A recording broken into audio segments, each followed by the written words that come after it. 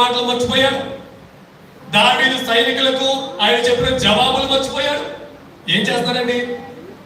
ఈ మాట మనము గుర్తు చేసుకుంటామంట. పరిశుద్ధ గ్రంథం నుండి లోకాసు వార్త 13వ అధ్యాయము, లోకాసు వార్త 13వ అధ్యాయము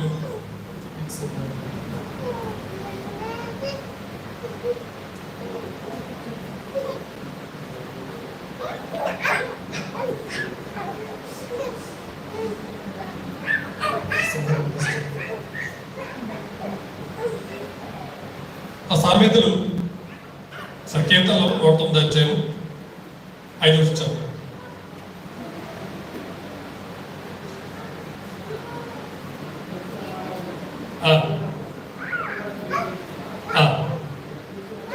నేను చూపిన ప్రేమకు ప్రతిగా ఏం చేస్తారండి? దావీదు చూపిన ప్రేమకు ప్రతిగా, రైట్, దేవుడు చూపిన ప్రేమకు ప్రతిగా ఏం చేస్తున్నారు? దేవుడి ప్రతివేశం. దేవుడు చేసిన మేలకు ప్రతిగా ఏం చేస్తున్నారండి? కీడు చేస్తున్నారు.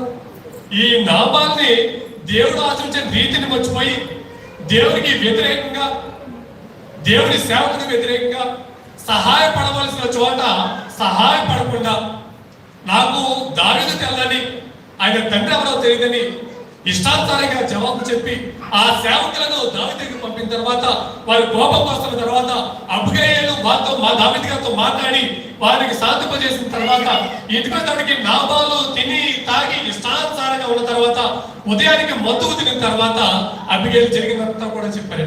ఎవరికి? నాబాలికి. ఇప్పుడు నాబాలు విన్నారు. ఏమిన్నాడు?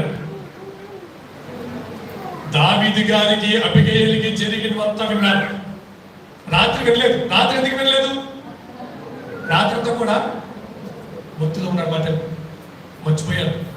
ఏం పట్టించుకోవట్లేదు. అబిగయీలు చెప్పినది ఏమిటమ్మా? గుండె అతడు రాతి వలె బీక్సుకుని పోయాను అని. హార్ట్ స్ట్రోక్ అంటారా? ఎన్ని నర్సింగ్ స్టూడెంట్స్ సాధారణంగా హార్ట్ స్ట్రోక్ వచ్చినప్పుడు బీక్సిపోతారు కదా. నాబాలకి ఏమొచ్చిందండి? రాష్ట్ర గారు కరెక్టా? నాబాలకి ఏమైందండి? గుండె పగిలింది, హార్ట్ అటాక్ వచ్చింది. హార్ట్ అటాక్ వచ్చిన ఏం జరిగిందండి?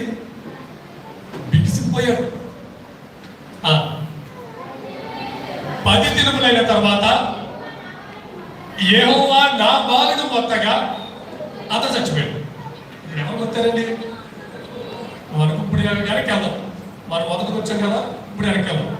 యెహోవా నాబాలును మొత్తెను. అందుకే ఏమొచ్చింది ఆయనకి? ఇప్పుడు హార్ట్ అటాక్ వచ్చిన వాళ్ళందరూ కూడా దేవుడు మొత్తేదని కాదు. డోంట్ టేక్ మీ రాంగ్ గా.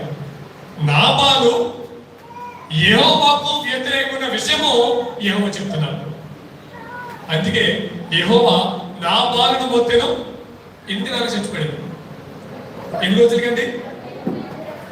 దానికి ఎంతమంది పంపించారు? దానికి ఎంతమంది పంపించారండి?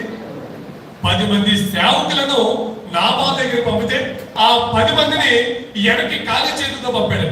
దేవుడి ప్రియ సంగమా, క్రైస్తవులారా, ఒక విషయాన్ని గుర్తుపెట్టుకోండి.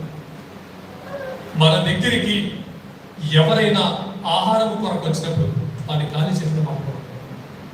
మన దగ్గర ఉండి లేదని చెప్పకూడదు. నేటి సమాజంలో ఎలా ఉన్నారంటే మిగిలిన భోజనాన్ని ఫ్రిడ్జ్ లో పెట్టుకుని 2 రోజులైనా దొరుకుతుందాం అనుకుంటున్నారు. కానీ ప్రేమ కనపరిచే విషయంలో చాలా దారుణం అన్నమాట. 10 మంది సేవకులు దేని కొరకు వచ్చారు? డబ్బు కొరక?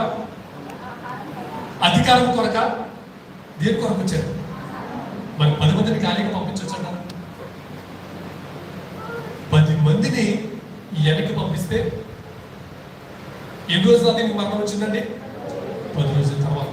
10 రోజులు దేంతో సఫర్ అయ్యాడినా అండి? గుండెపోటు. దేనికండి? మానవులకు ధనము మీద ఉన్న ప్రేమ ఇంక దేనికి ఉండమాట. అందుకే మనం అనేక సార్లు ప్రొఫెసర్తో మాట కోట్లలో అన్నీ కూడా కూర్చుకుని